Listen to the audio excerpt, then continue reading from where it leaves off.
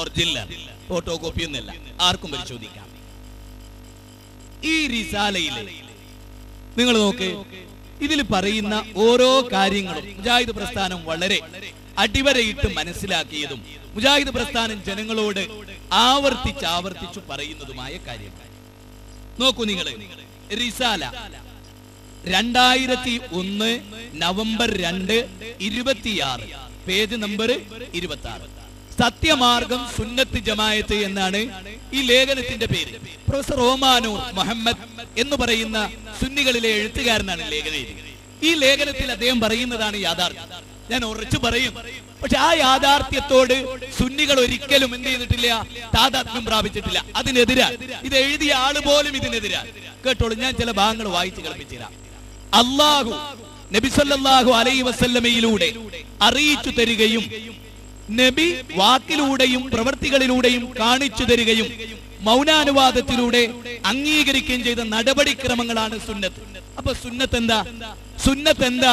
മുജാഹിദ് പ്രസ്ഥാനം പറയുന്ന കാര്യമാണ്. അള്ളാഹു നബിയിലൂടെ അറിയിച്ചു തരികയും, അല്ലാതെ സുന്നത്ത് നബീന്റെ വകയല്ല. ഏത് ഹദീസ് അല്ലേ എന്ന് ചോദിക്ക ചില ആളുകൾ. അവർക്ക് ഹദീസും തിരിഞ്ഞിട്ടില്ല, ഖുർആനും തിരിഞ്ഞിട്ടില്ല. ഇന്ന് മുസ്ലിം സംഘടനകളിലെ മിക്ക സംഘടനകളിലെയും ആളുകൾ അത് ഖുർആനല്ലല്ലോ, അത് ഹദീസല്ലേ, ഖുർആനല്ലല്ലോ ഹദീസല്ലേ എന്ന് ചോദിക്കുന്നതിന് പിഴവിന്റെ തുടക്കമാണ്, പിഴച്ചവാദത്തിന്റെ തുടക്കമാണ്. അതാണ് ചേകന്നൂർ മൗലവിക്ക് സംഭവിച്ച്, CNN സംഭവിച്ച്, അത് പലതും ഇന്നും പലർക്കും സംഭവിച്ചുകൊണ്ടിരിക്കുന്നുണ്ട്. ആ ഭാഗം ഞാൻ ഇപ്പൊ കവർ ചെയ്തു പോകുന്നില്ല. നോക്കൂ, ഇവിടെ സുന്നത്ത് എന്ന് പറഞ്ഞാൽ അല്ലാഹു വഹിയിലൂടെ അറിയിക്കുന്നതാണ്. അത് മുജാഹിദുകൾ മനസ്സിലാക്കണം, സുന്നികൾ മനസ്സിലാക്കണം. സുന്നത്ത് എന്ന് പറഞ്ഞാൽ വഹിയാണ്. വമാ യൻതിഖു അനിൽ ഹവാ ഇൻ ഹുവ ഇല്ലാ വഹ്യുൻ യൂഹാ. അന്വേഷിച്ച് ബുദ്ധിമുട്ടണ്ട. 53-ാം അധ്യായം സൂറത്തു നജ്മ് 3-4 വാചകങ്ങളാണ്. പ്രവാചക തിരുമേനി ഒരു കാര്യം വഹിയില്ലാതെ പഠിപ്പിക്കില്ല. എല്ലാ വർത്തമാനങ്ങളും എല്ലാ പ്രവർത്തനങ്ങളും വഹിയിന്റെ അടിസ്ഥാനത്തിലാകുന്നു എന്ന് വിശുദ്ധ ഖുർആൻ റസൂലിനെ പറ്റി പറയാ. അപ്പൊ നോക്കൂ, അള്ളാഹു നബിയിലൂടെ അറിയിച്ചു തരികയും നബി വാക്കിലൂടെയും പ്രവർത്തികളിലൂടെയും കാണിച്ചു തരികയും മൗനാനുവാദത്തിലൂടെ അംഗീകരിക്കുകയും ചെയ്ത നടപടിക്രമങ്ങളാണ് സുന്നത്ത്. അത് ഖുർആൻ ഷരീഫിന്റെ വ്യാഖ്യാനങ്ങളാണ്. അപ്പൊ ഖുർആൻ അവസാനിക്കുന്നതിനോടുകൂടി സുന്നത്ത് അവസാനിച്ചു. മനസ്സിലാക്ക്, സുന്നികളെ വാശിയല്ല പറയുന്നേ. ഖുർആൻ ആയത്ത് അവസാനിക്കുന്നതോടെ സുന്നത്ത് അവസാനിച്ചു. കാരണം എന്താ? ആയത്തിന്റെ വ്യാഖ്യാന സുന്നത്ത്. ആയത്ത് അവസാനിച്ച പിന്നെ സുന്നത്ത് അവസാനിച്ചു. മനസ്സിലാക്ക്, ശരിക്കും മനസ്സിലാക്ക്, ശരിക്കും പഠിക്ക്, എഴുതി വെച്ച ജീവിതത്തിൽ പ്രാവർത്തിയാക്ക്. അതാണ് പറയുന്നത്. അപ്പോ എന്നിട്ട് അടുത്ത വാചകം എന്താ അറിയും? ഈ സുന്നത്തനുസരിച്ച് ജീവിക്കുന്നവരാണ് അഹ്ലു സുന്നത്ത്. അവരുടെ സംഘത്തെ അഹ്ലു സുന്നത്തി വൽ ജമാഅ എന്ന് പറയും. ഇത്രയും ഭാഗം ഞങ്ങൾ അംഗീകരിക്കും. ഇനി ഞങ്ങളെ ചോദ്യം, ഈ പറഞ്ഞതിൽ ആരാ ഉള്ളത്? ഈ പറഞ്ഞതിൽ ആരാ പെടുക? ഈ പറഞ്ഞതിൽ ആരൊക്കെ ഉണ്ട്? അതാണ് ഇനി പരിശോധിക്കാൻ. അടുത്ത വാചകം കേട്ടോളൂ. എനിക്ക് ശേഷം വസയറാ ഇഖ്തിലാഫൻ കസീറാ. എനിക്ക് ശേഷം നിങ്ങൾ ധാരാളം ഭിന്നതകൾ കാണും. പ്രവാചക തിരുമേനി സല്ലല്ലാഹു അലൈഹി വസല്ലമ പറയുകയാണ്, എനിക്ക് ശേഷം സമൂഹത്തിൽ അനേകം ഭിന്നിപ്പുകൾ നിങ്ങൾ കാണാനിടയാകും. അപ്പോൾ എന്റെയും സന്മാർഗധാരികളായ എന്റെ ഖലീഫമാരുടെയും മാർഗം നിങ്ങൾ സ്വീകരിക്കുക. അതിനെ നിങ്ങൾ നിങ്ങളുടെ അണപ്പല്ലുകൊണ്ട് കടിച്ചു പിടിക്കുക. പുതിയ മാർഗങ്ങൾ നിങ്ങൾ സൂക്ഷിക്കണം. ഇനി കേട്ടോളി, എനിക്ക് ശേഷം ഉണ്ടാകുന്ന പുതിയ നടപടിക്രമങ്ങൾ പുത്തനാചാരമാണ്. ഈ 5 കൊല്ലം മുമ്പ് തുടങ്ങിയ സലാത്ത് വാർഷികം, സലാത്ത് നഗറ്, നോക്കൂ, നമുക്ക് പള്ളിയിൽ എഴുത്തിക്കാപ്പുള്ളത് അത് ഒഴിവാക്കിയിട്ട് പുതുതായി ഉണ്ടാക്കിയതാ. കേട്ടോളൂ, സുന്നത്ത് ജമാഅത്താണ് സത്യമാർഗം എന്ന് പറഞ്ഞിട്ട് എഴുതുക എന്ത്?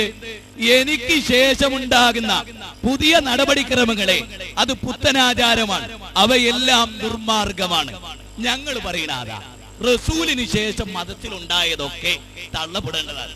ഇതാണ് ഞങ്ങളുടെ വാദം.